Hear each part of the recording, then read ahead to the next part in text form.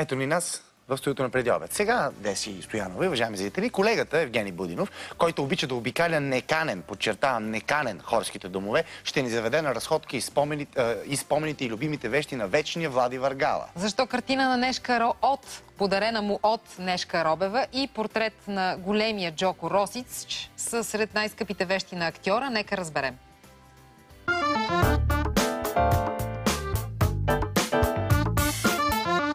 Здравейте! Аз съм Евгений Будинов и тази седмица в моята рубрика ще ви срещна с един много интересен човек, един артист, една емблема на 90-те години, един образ, с който аз израснах. Минаха моето детство и юношество. Човек, който няма какво да крие от вас, има пръст в това аз да стана актьор. Влади, здравей! Много ми е драго. Много си поразнал, Ген. Благодаря ти от сърце. Добре дошли, заповядайте. Това е работилницата на борчовете. Заповядай седни. Благодаря ти. Ти ни покани тук в тази стая, всъщност от офиса, защото тук има ценни за тебе предмети. Ако искаш направо, давай да действаме. Да фърляме. Да. Така. Направихме с Нешка Робева един спектакъл и Нешка Робева ми направи един уникален подарък. Една картина от Светлин Русев. Реално Светлин Русев направи този подарък. Тя така каза. Исках да му я платя, но той каза не категорично. И това е картината, която аз съм кръстил Ново събуждане. Ето я. Мисли ли си къде ще я закачиш? Защото виждам, че още е опакована. Не, аз я...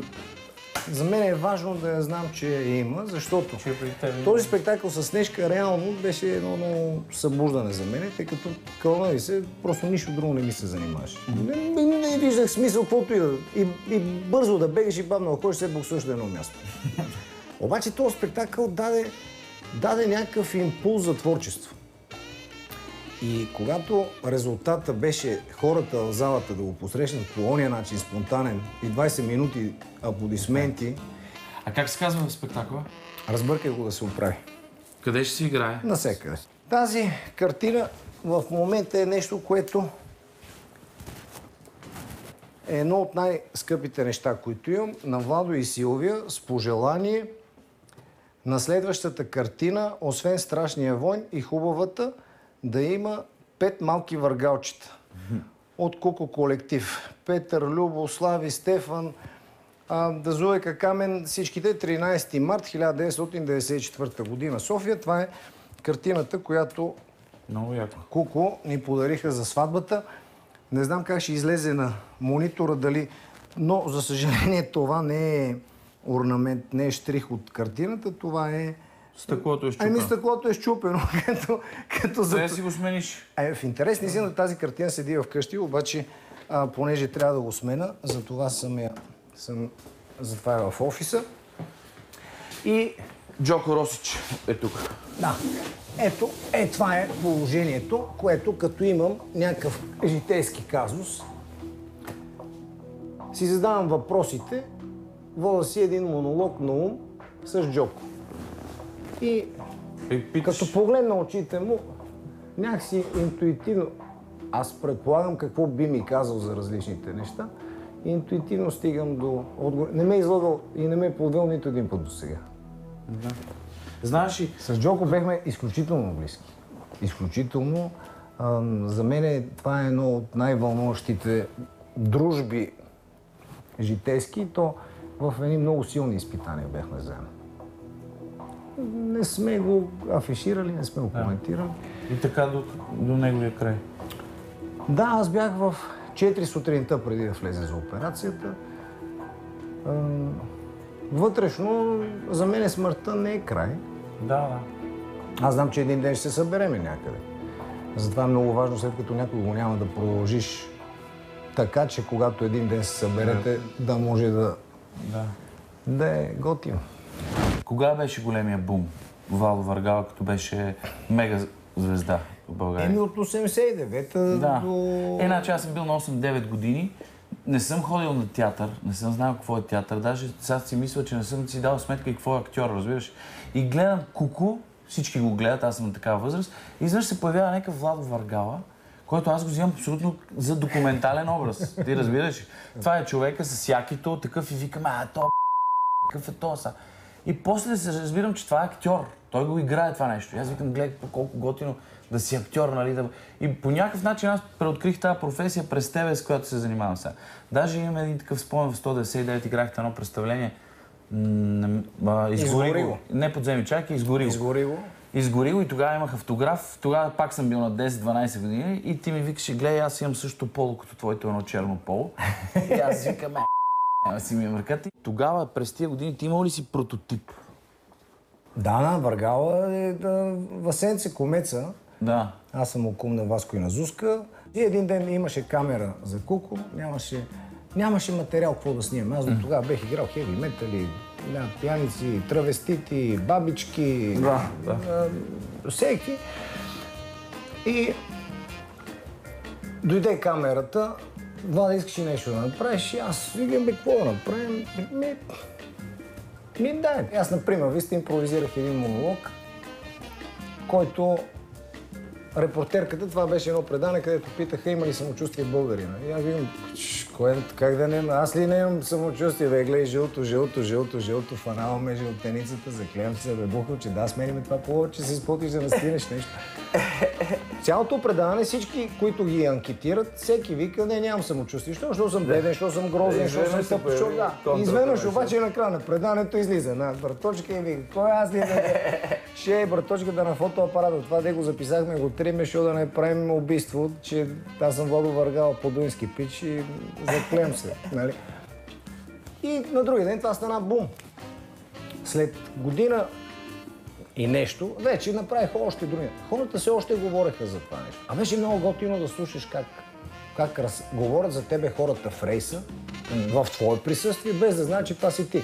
Защото единия, нали, зализан, гелосен, такова. И едва ли ще е в рейса. А другия Рошев, брадясал. Да, беше като документален герой. И в рейса. И е много интересно усещането. Държим да твърдим, че аз винаги съм бил с поне 10 грама напред във времето от тенденциите за ланците на времето. Кога носеха едно синджирче, аз носех 3. Да, верно. Кога носеха 3, аз носех дебел плътен ланец. Кога носеха дебели, вече бехме да... Знаеш каква дискова херни направи? Лекарите викат и избирай или здравето, или газарията. Джонката от нашия клас, Иван Стаменов и Ангус Попов и Аспарух Пухи отидахме на ресторант, долу в сатирата ресторанта Микеле го държеше тогава и после там се направихме на Ура-Бура и отидахме на дискотека в Севастопол. Да. Севастопол беше до Витис дискотеката, където станаха два боя едновременно. Да, Отворените изказ звънеца и уния отвънка бригадата на Карамански излизат и минават и така без нищо. Так свалят на Август, беше зимата, свалят му пълтото до половината и урррррени баници и Август долу на земята. Навънка пък стана една друга пътъклама, тя е дълга за обясняване и пристига Джонката разтревожен. И вика, елате вътре, бият Август. И ние влезахме вътре и как влезах вътре, не помня нищо, само дъжд валеше. Е, така съм се свил. И след известно време, за мен не е ясно колко, си отварям очите, разбира се, само едното, защото другото е такова. Беха дошли полиция вече и така ни ошамариха в Севастопол. Обаче, на другия ден ние тръгваме да правим дядо... Още не си толкова популярен, не си бил Въргала. Не. На другия ден тръгваме да правим по детските градини с Джонката и Ангелина Славова. Тръгваме да играем дядо Коледа. Те точно се бяха сменили, дядо Мраз беше подал оставка и дядо Коледа го беха назначили. Дядо Коледа. А аз съм лявото око, Джонката дясното око. И отиваме в детската градина. И в детската градина с тъмните очила и идва директорката, а ние имахме тогава по 3-4 детски градини на ден, това беше голема жътва. Да. И идва директорката, здравейте, много се радвам, заповядайте и ние така леко деликатно да ви кажем, че ще играме с очила. И викаме, бе, извинете, само да ви кажем нещо така, да обсъдим един казус, тя някаква тревога в очите, да кажете. Ами, ще се наложи да играем с очила, защото катастрофирахме и затова сме... Представи си каква е тази катастрофа, един е левото, другия десното, точно само очите, нали? И тя жената си отдъхна, вика, слава Богу, много ме притеснихте. Миналата година дойде един актьор от еди кой си столичен театър. И беше толкова люлян беше, като се дай и каза на децата, ако не на ракия за Дедо Мраз, няма да има подаръчет. За съжаление, всяко хубаво нещо си има край. Моята среща с Владислав Карамфилов Димитров, Владо Въргала, приключи. До нови срещи, още по-горещи. Искаш ли да кажеш нещо на зрителите преди обед? Не парите са най-важното. Това нека си искам да го кажем, дето така са се хората огрижили, защото ги нема. 3 неща са най-важни. Жив, здрав и на свобода. Оттам нататък всичко друго ще си дойде.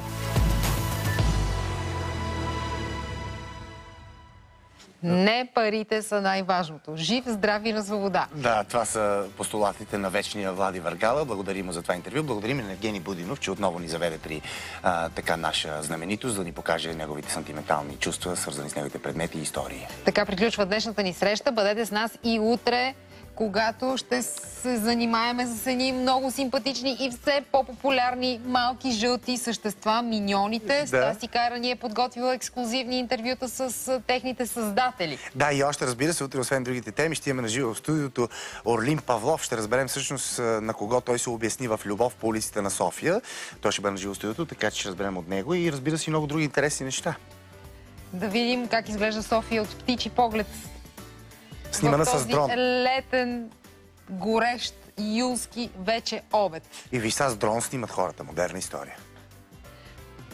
Да кажем още веднъж, повече вода, търсете сянката и се пазете, защото жегите могат да са наистина опасни. Да, народни пожелаваме ви хубав ден, въпреки горещината.